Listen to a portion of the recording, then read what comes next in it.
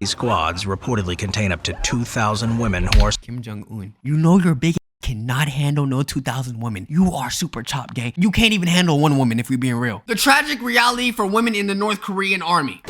female conscription and the hidden truth of being a woman in the North Korean military. How is it? To this day, North Korea largely remains an enigma to the outside world. Yo, what type of freaky exercise is this? At least with men, we got our pants on. What you mean you got them doing squats with skirts on? This freaky military army. Come on, gang. Most of what we know of its country, culture, and authoritarian regime is delivered on the lips of those who have escaped, often going through harrowing trials to do so. One of the stories they tell us is of their life serving in the North Korean military. Let's get it. Something every man and woman must do for a set number of years. I don't even think I could do 1 month in the army. Y'all gotta do mandatory services if you even want to just exist. As dictated by Supreme Leader Kim Jong-un. Yo, I'm not gonna lie, bro, it's so chopped. Out of all the people y'all could have decided, y'all wanted him. Conscription became mandatory for young, educated women in 2015. Reportedly, from 2021, it was changed from 7 years to 5 years of service. It's estimated that about 40% of women aged 18 to 25 are in the army. According to an anonymous North Korean source, the reason for this change was the high child mortality rates and low birth rates in the country, blaming the North Korean famine of 1994 to 98 for the lack of available conscripts. The source claimed the inclusion of women was to try to boost the subsequent military shortfall. Who are y'all like beefing with though? The US? But we not fighting them though. Once chosen, as with most armed forces, women conscripts have to pass a series of physical tests and medical exams. One of the main priorities is to test for potentially contagious diseases like tuberculosis or hepatitis. Normal? Since 2012, another requirement is that women must also be above 1.42 meters or 4.6 feet, although that's not strictly enforced. That's not fair. Actually, no, do this. For all the women that like, oh, I want a man with some nice height. I want him to be 6'4" and shit. Yes, go serve in the army, nigga. Go serve with your giants. Hell no, nigga.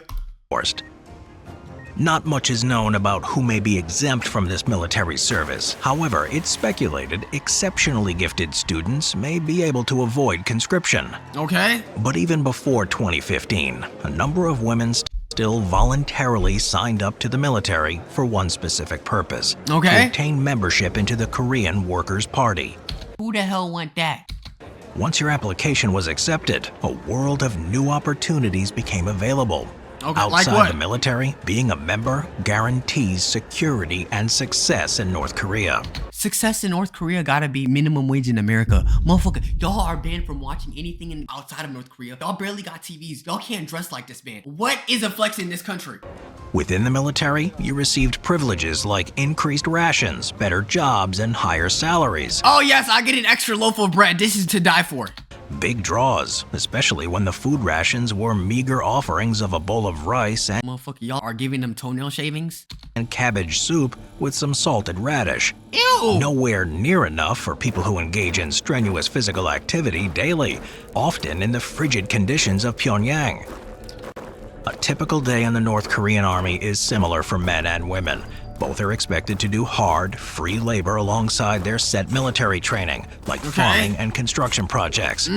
Videos exposing the truth of military service have shown women clearing farmland and carrying heavy bundles of firewood, or even rocks on their back, the same as the men alongside them. As if that wasn't exhausting enough, women have additional duties men weren't prevailed upon to complete. As a woman's place is allegedly in the kitchen, literally being referred to as tukong unjeongsu, or cooking pot lid drivers. Cooking pot lid drivers? What type of misogynistic ass shit is that? So you tell me they gotta die for your country and they gotta cook for it too? To all the North Korean women, I'll fly you to the USA. If that's what they doing over there, I got you. Typical household chores also fall to the females of the North Korean army. While the men are elsewhere, women cook and clean for their fellow soldiers before retiring to study or rest in a room crammed with 24 other women. Damn. Each soldier received a bunk and a small set of drawers. Atop it, each should have two pictures, Kim Il-sung and Kim Jong-il, although that may have now been updated to include the current leader, Kim Jong-un. They can't go to sleep without seeing pictures of y'all? Yo, y'all are some horny ass dudes. What you mean you forcing the North Korean woman to look at photos of y'all? They're making it so that they could get anybody's girl. That's how chopped they are, okay? These cramped conditions didn't help hygiene levels, and sleeping on a mattress made of rice hull meant sweat often soaked into the bedding. Adding to this discomfort, women had to contend with the lack of basic facilities in general, including minimal electricity and insufficient access to menstruation products. What? Until 2015, they often had to use makeshift sanitary towels fashioned from bandages. So if they got a little bit of Kool-Aid drops down there, you telling me they gonna have to get bandages? Y'all serious? Y'all can't afford a little bit of pads? Yeah, North Korea, y'all crazy. But with inadequate nutrition and the stress of military life, many women stopped menstruating altogether. Damn! Hygiene outside of the barracks was no better, with showers consisting of cold water from hoses, sometimes even with frogs or snakes coming through.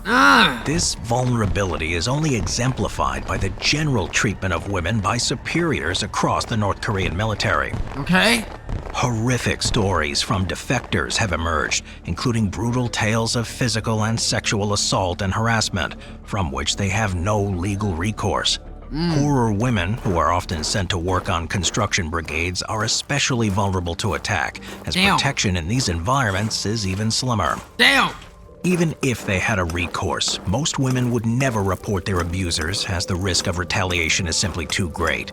No, that's actually kind of sad though. The fact that women can't even tell who their abusers are without them getting in trouble. Bro, do you know how much sex crimes probably happens unnoticed? Female defectors tell stories of commanders holding women soldiers for hours after dismissal, or of a major general forcing them to undergo faux examinations under the guise of checking for malnutrition. Yeah, open up right now. I gotta see if you ate today. Yo, that's crazy work. Y'all so down bad, bro. What you mean you gonna have to check her chest to see if she ate today? Now you know you could just ask her, bro. To expose these predators for who they really are would risk a female soldier's reputation and could result in them being barred from joining the Korean Workers' Party.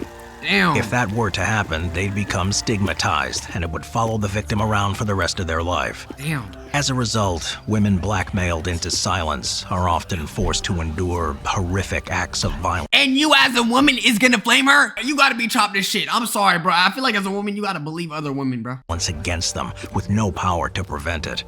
And if these unions were unlucky enough to result in a pregnancy, female soldiers were apparently to blame and had to— So I'm carrying your child. This is proof that you went on to me. There's DNA, 4K, 100% scientific evidence that you did this to me. And you're gonna blame me? Motherfucker, if you believe me in the first place, we wouldn't be in this position. Yeah, North Korea, bro, y'all tripping. Y'all tripping. take care of the problem quickly and often painfully. Putting their own lives at risk, they do what they can to make sure no baby is carried to term. Otherwise, if they were discovered, particularly if it involved a high-up perpetrator, the military would take over the handling of the pregnancy. This led to forced, traumatizing abortions, where women would undergo the process without any access to anesthesia. Yo, that's twisted, bro. Nah, just the thought of that, like, oh, bro, I got a child, I don't need him. I'm gonna have to go deep in the guts. And it's not even her fault. It doesn't even have to be the lady's fault. Like, she's not even out there like that. Those that escaped this abuse may still not have escaped the cruel and grueling punishments. Just one person had to make a mistake for all to be punished. What? One defector, Jennifer Kim, talks of punishments that last all day and being forced to stand outside in the cold in her underwear or run 100 laps in full uniform. One of the most horrific she tells of, however, is when women soldiers had their hands plunged into icy water before being placed immediately on frigid cold iron bars. Yo, y'all freaky as hell. For one, y'all have women outside in underwears, and now you having them in arched positions. Are y'all trying to beat the army or beat some cheeks? Because it's looking like right now y'all don't even care about beating another army. The freezing conditions meant their hands immediately froze to the bar, ripping off a layer of skin when removed. Yo! The horrible truth, though, is that the army still might be preferable to some women than another option for young Koreans, Kim Jong-un's pleasure squad. Motherfucking got an army squadron to smash them. You would have the whole team to to smash him. At the very least, we're not smashing Michael B. Jordan. We're not smashing Ryan Reynolds. They is smashing Kim Jong-un. Bro, that gotta be the most chopped dude alive, bro. The Pleasure Squad was an entity that began long before Kim Jong-un's reign, according to Imagine trying to having your cheek scratched by this dude. Look at his nose. defectors, first popularized by his grandfather, Kim Il-sung. Although disbanded after Kim Jong-il's death in 2011, Kim Jong-un reportedly decided to re-establish pleasure squads in 2015. Okay. But what are pleasure squads? What? Pleasure squads, or kipchumjo, are pretty much exactly as they sound. What? Harems of women used as puppets to demonstrate Kim Jong-un's supposed sexual prowess. They even gotta laugh after this dude? Don't this gotta be the most D1 glazing? Like, what happens if you don't like this dude? What if you make fun of his meat? Are they gonna end up... Come on, bro. These squads reportedly contain up to 2,000 women who are Kim Jong-un, you know your big ass cannot handle no 2,000 women. You are super chopped, gang. That gotta be the most outrageous nut ass cut I've ever seen. You can't even handle one woman if we're being real. split into 3 groups. The first group were the Satisfaction Team for him and his top generals. Huh? The second, known as the Happiness Team, who provided massages and relaxation. And the final team, who were responsible for singing and dancing. What? Once Kim Jong-il inherited his position, a height measure was also introduced, given What? the supreme leader's own short stature, as none could or should tower over him. The Pleasure Squad girls needed to be under 165 centimeters. You're that insecure, bro? You wouldn't even hit a girl that's a little taller than you? Oh, hell nah, bro. I don't think anybody genuinely wants him to be a leader, bro. Even the generals probably want to overthrow this dude. Tall. After their recruitment, the girls would be kept in the leader's mansion and brought out to entertain high-ranking officials with Okay. parties loaded on booze and sexual activity. These girls could remain in the Pleasure Squad service for up to 10 years before Ew. being released into a marriage with a North Korean military officer. Okay. When Kim- Damn, so even the military men gotta get some use. Like, I mean, granted, it was forced upon them, but like, damn, like shit. So Kim Jong could look at every married couple and be like, yeah, you see that girl right there? She was my favorite one. I'd be damned. Kim Jong-un came to power, he disbanded the Pleasure Squad, as he apparently didn't trust any of the women who had been close to his father, or indeed anyone in his administration. Okay. Each was given a large sum, in North Korea, of $4,000 in hush money and various household appliances. From then, there was no Pleasure Squad. That is, until 2015, when it was What? reported he had restarted the tradition.